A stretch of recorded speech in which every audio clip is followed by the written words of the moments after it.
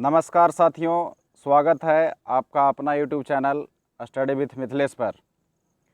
आज हम 25 क्वेश्चंस का सेट लेकर आए हैं जो बहुत ही इम्पोर्टेंट है।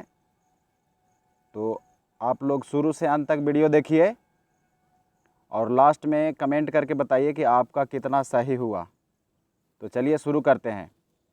पहला सवाल है, बजट ड्राफ्ट पेपर किस रंग का होता है? तो इसका जो सही उत्तर है वह है दोस्तों नीला। बजट ड्राफ्ट पेपर नीले रंग का होता है। दूसरा सवाल है दोस्तों, किस वर्ष पहली बार पेपर रहित यूनियन बजट पेश किया गया था? तो पेपर रहित यूनियन बजट पेश किया गया था पहली बार इसी वर्ष 2021 में। चलिए तीसरा सवाल और बहुत ही बेहतरीन सवाल है, निम्नलिखित शासकों में से किस एक को उसकी धर्मनिरपेक्षता में आस्था के कारण उसकी मुस्लिम प्रजा उसे जगत गुरु कहकर पुकारती थी? तो ऑप्शन है दारा शिकोह, हुसैन शाह, अकबर या डी ऑप्शन है इब्राहिम आदिल शाह। तो जो इसका आंसर है, सही आंसर है इब्राहिम आदिल शाह। चलिए चौथे सवाल की ओर हम लोग बढ़ते हैं। दीन इलाही अकबर की मूर्खता का स्मारक था, बुद्धिमत्ता का नहीं। यह कथन किस विद्वान का है? तो ऑप्शन है S R Sharma, Ramchandra Guha, B A Smith, Minhas uz Siraj. तो दोस्तों इस सवाल का सही उत्तर है B A Smith. B A Smith ने दीन इलाही के बारे में अकबर को कहा कि ये मूर्खता का स्मारक था, बुद्धिमत्ता का नहीं। चलिए पांचवा सवाल है, भास्कर नामक राजा द्वारा हर्षवर्धन को भेजे गए विभिन्न उपहारों का उल्लेख हर्ष चरित्र में मिलता है। तो बताइए कि भास्कर राजा का संबंध कहाँ से था? ऑप्शन है उत्तर भारत का नंद राजवंश, मगध का हर्यक राजवंश, दक्षिण का सातवाहन राजवंश और असम का वर्मन राजवंश। तो दोस्तों इसका जो सही जवाब है असम का वर्मन राजवंश, ऑप्शन नंबर डी है। छठा सवाल है, निम्नलिखित में से किस स्थान को भारत का ग्रीनविच कहते हैं? तो ऑप्शन आपके सामने है। ऑप्शन नंबर ए में है प्रयागराज, बी में है उज्जैन, सी है नागपुर और डी है नैनीताल। तो दोस्तों इस सवाल का सही जो उत्तर है वो है आपका उज्जैन। चलिए 7 नंबर सवाल की ओर हम लोग बढ़ते हैं। निम्नलिखित में से किसने नाइटहुड की उपाधि को अस्वीकार किया और भारत के लिए counselling of the secretary of the state पद ग्रहण करना स्वीकार किया? Option A Motilal Nehru, option B Bal Gangadhar Tilak, option C Gopal Krishna Gokhale और ऑप्शन डी है महादेव गोविंद रानाडे।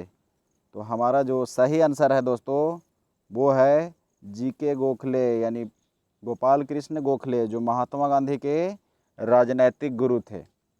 चलिए 8 नंबर सवाल है कि भारत में कितने दल को राष्ट्रीय राजनीतिक दल का मान्यता प्राप्त है?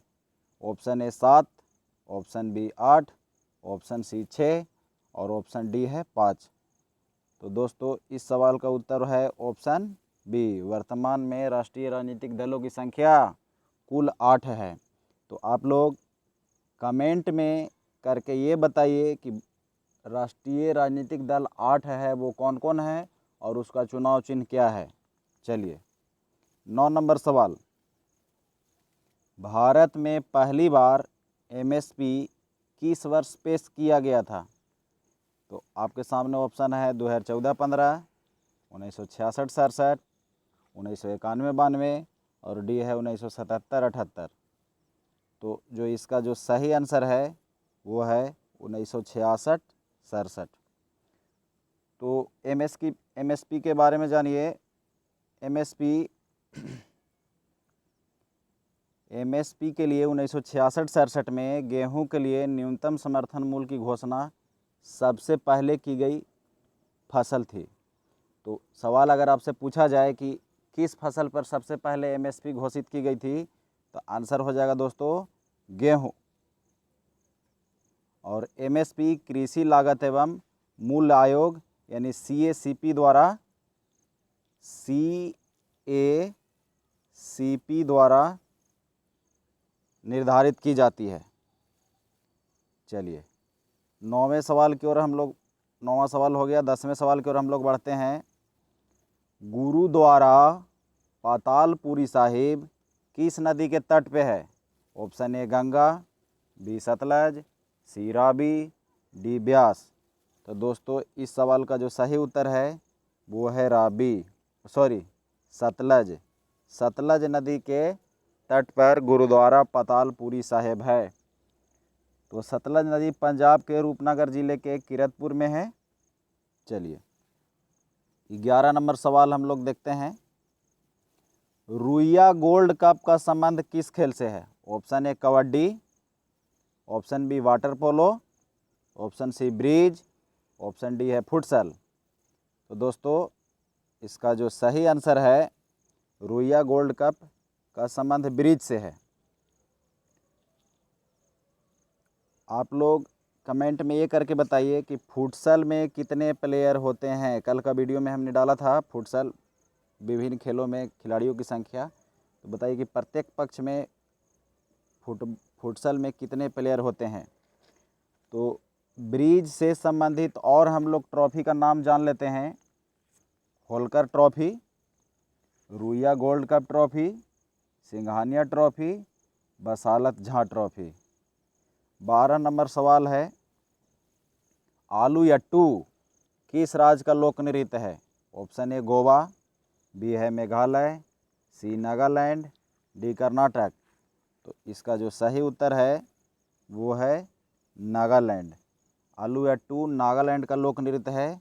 अगर और हम लोग कहें तो नागालैंड का अन्य लोक नृत्य है चोंग, खैवा, लीम, नुरालिम। चलिए 13 नंबर सवाल। मैडम भीखाजी कामा ने जर्मनी के स्टुटगार्ट शहर में 1907 में तिरंगा झंडा जो फहराया था, वह झंडा चोरी छिपे इंडिया में लेकर कौन आया? Option A madam Blavatsky, option B है Indulal Yagnik, option C Hansa Mehta, option D Veer Damodar Savarkar. तो दोस्तों इसका जो आंसर है ये है इंदुलाल याग्निक। और ये बहुत ही कह सकते हैं टफ सवाल है। 14 नंबर सवाल। लसिका सफ़ेद रक्त कोशिकाओं से निर्मित एक हल्का सफ़ेद पदार्थ है जो रक्त में हानिकारक डैश पर आक्रमण करता है। तो ऑप्शन ए जीवाणु, ऑप्शन बी विषाणु, option C protozoa, option D है कवक। तो दोस्तों इसका जो सही आंसर है वो है जीवाणु। अगले सवाल की ओर हम लोग बढ़ते हैं। किसने शाहजहां के शासनकाल में मुगलों की महानता का उल्लेख करते हुए चार चमन पुस्तक लिखी? यानी आपसे पूछा जा रहा है कि चार चमन पुस्तक के लेखक कौन है? तो इसका जो सही आंसर है वो है चंद्रभान ब्राह्मण। चंद्रभान ब्राह्मण है। चलिए अगला सवाल 16 नंबर। कमानीदार तुला किस सिद्धांत पर कार्य करती है? ऑप्शन ए आर्किमिडीज का सिद्धांत, बी सापेक्षता का सिद्धांत, सी हुक का नियम और डी है पास्कल का नियम। तो इसका जो सही आंसर है वो है हुक का नियम। ऐसे और जानकारी के लिए बता दें कि रॉकेट संवेग संरक्षण के नियम पर कार्य करता है और जेट इंजन रेखीय संवेग संरक्षण के नियम पर कार्य करता है। चलिए 17 नंबर सवाल है दोस्तों। कैल्वेनाइट और सिल्वेनाइट किस धातु का अयस्क है? ऑप्शन ए चांदी, ऑप्शन बी है सोना, ऑप्शन सी प्लूटोनियम और ऑप्शन डी है मैग्नीशियम। तो जो इसका सही आंसर है वो है गोल्ड यानी सोना। कैल्वेनाइट और सिल्वेनाइट सोना का अयस्क है। 18 नंबर सवाल की ओर हम लोग बढ़ते हैं। किस हैलोजन तत्व का उपयोग दर्द निवारक एवं कीटनाशक औषधि के रूप में किया जाता है? तो ऑप्शन आपके सामने है, ए क्लोरीन, बी में फ्लोरीन, सी ब्रोमीन और डी आयोडीन। तो दोस्तों इसका जो सही आंसर है वो है आयोडीन। चलिए 19 नंबर सवाल है। रॉकेट प्रक्षेपण स्थल अल अनवर, यहाँ थोड़ा टाइपिंग में एरर है, ये अल अनवर लिखा जाना चाहिए था। तो अल अनवर किस देश में स्थित है? Option A Iraq, option B Iran, option C Saudi Arabia, option D Pakistan. तो जो इसका सही आंसर है वो है इराक। चलिए 20 नंबर सवाल है। विल्स डिजीज यानी विल्स रोग से कौन सा अंग प्रभावित होता है? Option A kidney, option B liver, option C आँख और ऑप्शन जो डी है वो है लंग्स। तो इसका जो सही उत्तर है दोस्तों वो है विल्स रोग किडनी को प्रभावित करता है। विल्स रोग किडनी को प्रभावित करता है। चलिए 21 नंबर सवाल है। शीत ऋतु में पशुओं के प्रसूति काल को क्या कहा जाता है? तो शीत ऋतु में पशुओं के प्रसूति काल को हाइबरनेशन कहा जाता है। हाइबरनेशन कहा जाता है। मोस्ट इम्पोर्टेंट सवाल है, ध्यान में रखिएगा। अगला सवाल, हैंड बुक ऑफ एग्रीकल्चर किसके द्वारा प्रकाशित की जाती है? नीति आयोग, राष्ट्रीय विकास परिषद, भारतीय कृषि अनुसंधान परिषद, कृषि विपणन एवं निरीक्षण निदेशालय। तो जो इसका सही आंसर है वो है भारतीय कृषि अनुसंधान परिषद। भारतीय कृषि अनुसंधान परिषद इस सवाल का राइट आंसर है। चलिए 23 नंबर सवाल है।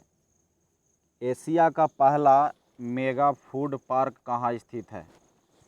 तो ऑप्शन ए है गेतालसूद, रांची, ऑप्शन बी है आनंद, गुजरात, ऑप्शन सी है अल्मोड़ा और ऑप्शन डी है पणजी। तो दोस्तों इस सवाल का जो सही उत्तर है वो है गेतालसूद। और गेतालसूद कहाँ है? तो रांची में है। एशिया का पहला मेगा फूड पार्क गेतालसूद रांची में खुला है। और पणजी में है जीआई टैग का पहला मॉल। चलिए 24 नंबर सवाल, भारत की प्रथम महिला वकील यानी अधिवक्ता कौन थी? Option A Anna Chandy, option B Cornelia Sorab ji, option C Sarojini Naidu और ऑप्शन डी मनीषा पाटिल। तो दोस्तों इसका जो सही आंसर है वो है कार्नेलिया सोराब जी।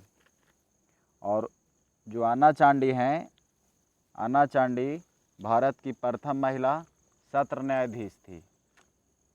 चलिए 25वां और आखिरी सवाल है, पॉलिटी से रिलेटेड है और बहुत ही इम्पोर्टेंट क्वेश्चन है।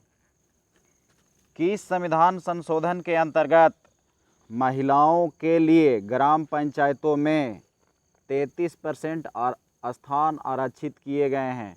तो ऑप्शन ए है 73वां संविधान संशोधन, ऑप्शन बी 93वां संविधान संशोधन, ऑप्शन सी 87वां संविधान संशोधन और ऑप्शन डी 91वां संविधान संशोधन।